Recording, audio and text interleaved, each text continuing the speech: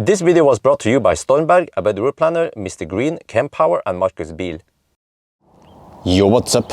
This is a Mercedes-Benz EQB, and in this video I'm going to do interior review. It is a 7-seater and it's not that big, so I need to test how I can fit in the back there. But okay, let's check out the back, the trunk and mandatory stuff first. Okay, German Electro Auto, premium stuff. We have motorized liftgate and kick sensor. This one, it does not have the Anhängerkupplung. I guess it's trailer hitch. I mean, we haven't spec'd it, but okay, trunk. We have some cables and stuff here. Let's take them out, and then we have actually USB-C here and USB-C there for the third row. And then I guess once the third row is up, then you have basically no space. Here we have a little lid with some stuff under here, some emergency stuff. And what the heck is this thing? Okay, I keep finding this. Is this some kind of weapon? Just put it there. Put it here. What? How do I? Oh, no, it's like this. Okay. And then can I take out this one? Not really. So there's some stuff under here, a tire repair kit.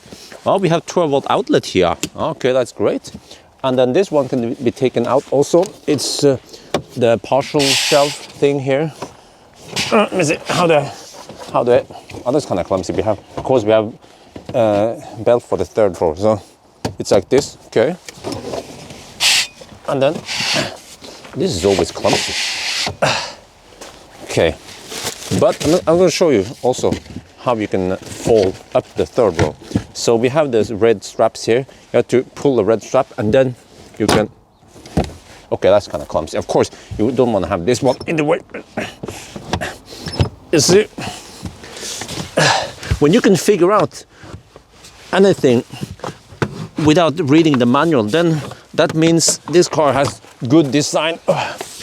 Okay, now let's try again. Take two. Just edit out that one. Pull this one and then pull up this one.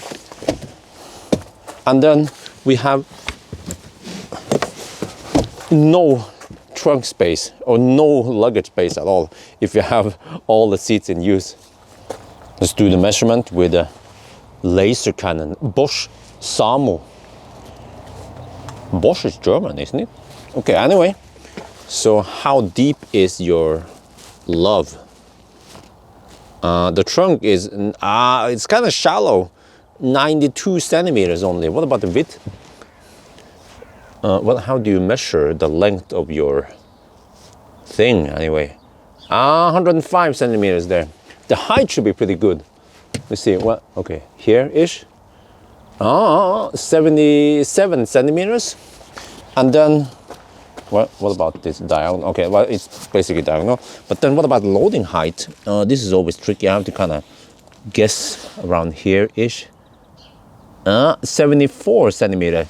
So actually not too high loading height. That's good.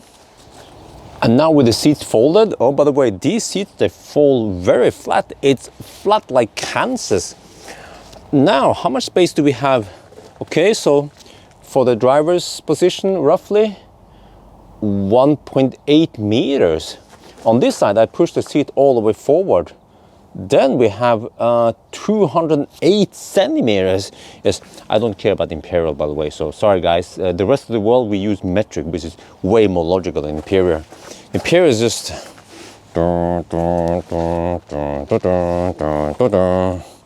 Okay, how about diagonally? Wow, 230 centimeters. Plenty of space. Okay, I have to do the mandatory. How much space would I have here if I would sleep in the car? Oh, this is plenty. There's plenty. We can have at least 2 women here. Something like this. 1 woman on each side. That's how spacious this car is. And also plenty of height here in case you need it. And to enter the car, don't do this. Don't try to fold it, because then you have limited, you can't push it that much forward. I'm going to show you now. It goes just this much forward. So what you want to do when you enter the car is use the handle on top here. Then the seat goes just like this, but then you can push it a little bit more forward. And that extra space you need to enter the car. All right. Oh, this is so cramped. What? Okay, let me see. Let me just take it down a little bit. Well, actually, I have to do this so you guys can see me while I'm in the back. Okay, this is so cramped. This is unbelievable. If we have the seat in the most backboard position, then people won't fit here unless we can fit people without legs here. That works. But on that, okay, so what I need to do then, if I want to try now, is that we have to take this side forward as much as we can. They're in a normal sitting position. Then you can kind of fit in the back here, but it is so cramped and my feet are pointing this much up. And I'm only 173 centimeters and I don't really have any headroom here. We don't talk about headroom here, just sit like this, home from a party or something for 10 minutes, that works, but on a road trip, ain't gonna happen. Holy macaroni, it's crammed in here. And I'm just a small Asian, so at least we have a cup holder here. Why they at least bother to put cup holder here? You see, here's a little thing here for your phone, and you have USB-C there.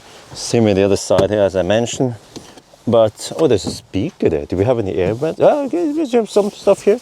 But it's going to show the headroom. Well, so if I'm supposed to sit naturally, that my headroom my head just rubs to the headliner here. So, okay, you really have to sit in a awkward and not comfortable position, and you have to be good friends with the guy or the woman sitting here also. But at least this one is adjustable like this. Let's check the back seat. So let me try to measure the width roughly. There are 124 centimeters, and the height, well, it's an SUV anyway. Well, or crossover, is it? Oh, the seat seems a bit shallow. Try to check the height roughly. 30, let's say 34 centimeters. Okay, so you see you sit a little bit up here.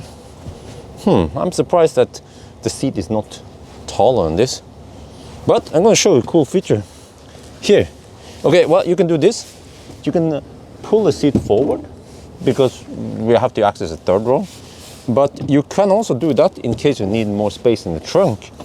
And even in the most forward position, I'm sitting okay. For short trip, if you need to carry lots of cargo, then that's fine.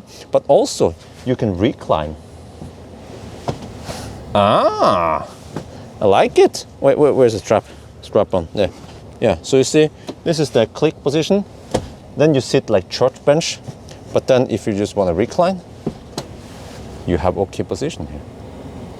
Okay, but at least in the second row, we have pocket there. We have pocket here. Evans. One USB-C that we have to argue about who's going to use. Do you have anything back here? No, okay. So, and then we have also panorama roof. And then we check the headroom here. Well, at least the headroom in the second row is okay. I don't have a fist of clearance. It's more like 2 finger of clearance. That's it. But then at least the materials here in the door looks okay. Feels okay. Except this is kind of weird because most other cars, you will have soft materials where you touch, and then there might be some hard plastic on the places you'll not touch anyway. Here it's different. We have soft materials here, and then the places you touch, it's freaking hard. Let's try the door. Okay. And then let me check something here. Can we do the ski thing? Well, I mean, I'm pretty sure you can. Oh yeah, ski opening for the win. That's good for Bavarians. Wait, Stuttgarter. Right? And then here we have a middle armrest, like this, with cup holder. We're designing the cup holders. No table here, but at least it's an armrest. And I feel like it's the German autos. They are built to last. You can take a beating. You can, just like Volkswagen I tried recently. It is, you know, it can be you can be rough to the car and it won't break, unlike some other brands maybe. And here we just have conventional door. Everything is conventional. Door handle, door, car, wheels, everything is conventional. Seats are conventional. We sit here nicely. We have, okay, adjustment for the seat is done over there at the door. That's Mercedes style. Except that you have, this is kind of weird, you have lumbar adjustment here, not there. Why? And then you can also extend this one. And let me check here. Okay, so the steering wheel can be adjusted up and down, in and out, but it's mechanical. Unlike Tesla, they invented electric adjustable steering wheel. They had it since 2013, and then recently all the other German premium brands also started using electric adjustable steering wheel that can be saved in the memory. And then, okay, let me check this one. Okay, you can pivot, but it cannot extend. Yeah, fairly okay. I was about to say nice, but I should avoid saying nice. But the interior is okay. I feel like some of the styling here might be a little bit over the board. But at least you can turn off the ambient light. There'll be ambient light here, ambient light over there. You can individually adjust some of that stuff. This one though, I don't understand. Why the heck did you put this here? Because when I did the range test in semi-low sun, it was reflecting right in my face like a big-ass mirror. What's up with putting reflective stuff in cars nowadays, really? But okay, we have the screen here. Fairly okay to touch this one. It's in okay position to my hand. I don't have orangutan hands, but I can still press buttons here. And also, I don't know if you noticed, but I tend to use one finger even, or parts of my hand resting here when I press buttons here. So that's nice. Some cars, they just have completely nothing there, and then it's, well, I mean, it's semi far away, but I can still reach it. Other cars, they tend to put the car slightly closer, for example, Tesla, and then you can actually have your elbow here while you're pressing the buttons and so on. So yeah, okay, the fan go a little bit high right now, but you can also adjust it down. Here you want to go down. Get down, boy. Actually, it won't do it now because I just fire up the HVAC. Well, I can just turn it completely off. How about that? I love these buttons. Yeah. Because when you use cruise control settings, it has the nice feel. Like, let me just show you here. You click like this, but you also have a hard click. So it gives you nice feedback. It has a nice quality feel of it. And many times when I'm set recall or set cruise control or whatever, I can do it without looking. This one though is a bit, I don't like it. It's a swipe touch pad thing. I keep bumping into this all the time because I want to have the instrument cluster set on something. But then if I just touch the steering wheel a little bit, by accident, I change whatever I want to see. So this one needs to go. This one stays. Yeah, nice, very good. And we have the flappy here to change region setting. Fairly nice also over there, fairly good over there. We have this perforated seat, perforated steering wheel. I also like it, the feel of everything. Center console here is a little bit like disappointment because you don't utilize the space that much versus if it was a pure EV platform. But it's okay, I guess. We have a wireless charging pad here. We have one USB-C here. We have 12-volt outlet with some weird shit in it, so I can't use it. I have to use the rear one, but that's fine. And then also we have stuff here, a place here to put your shit, and also 2 more USB-C over there. So I like it. Lots of USB-Cs. Yeah, and also I should mention the seats. So I've been spending some time in the seat, and many German cars, they tend to have a little bit hard seat. These ones though feel nice, and you see we have some, I don't know, is this Alcantara or flip leather or something, but it feels nice. So I'm going to show you now here what it looks like when I'm sitting in the seat.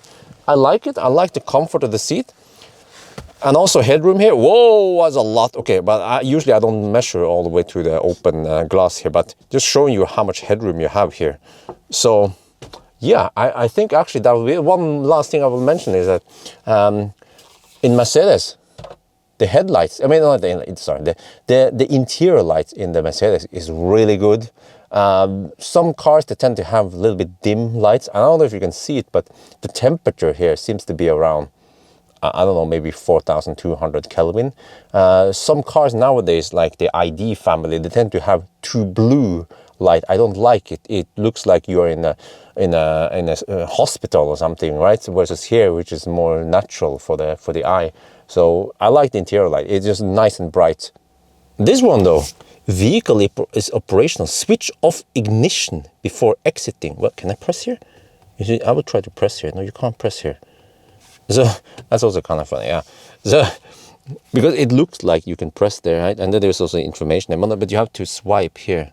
You have to use this one and then swipe if you want to know more information. But ignition, what the heck is the ignition? This is an electro auto.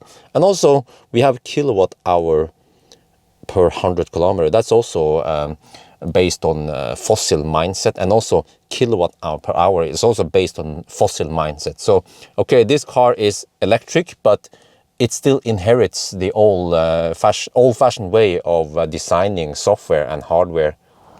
Right, here you guys have it, the Mercedes EQB. It's a fairly spacious car, okay, premiumness level, average, price is also okay, around 600K. So in this case, I think this car makes sense because you have 7 seats or you have okay space, and you might not want to have an American car or a Korean car. You just want to have Deutsche Auto. So I think this car makes sense. The EQA, on the other hand, didn't really make sense. Especially EQA all-wheel drive. Then you might as well get the EQC. But at least with the EQB, you get more space than the EQC. So I think that's going to be it for now. I hope you guys enjoyed this video. As always, thank you for watching, and talk to you later.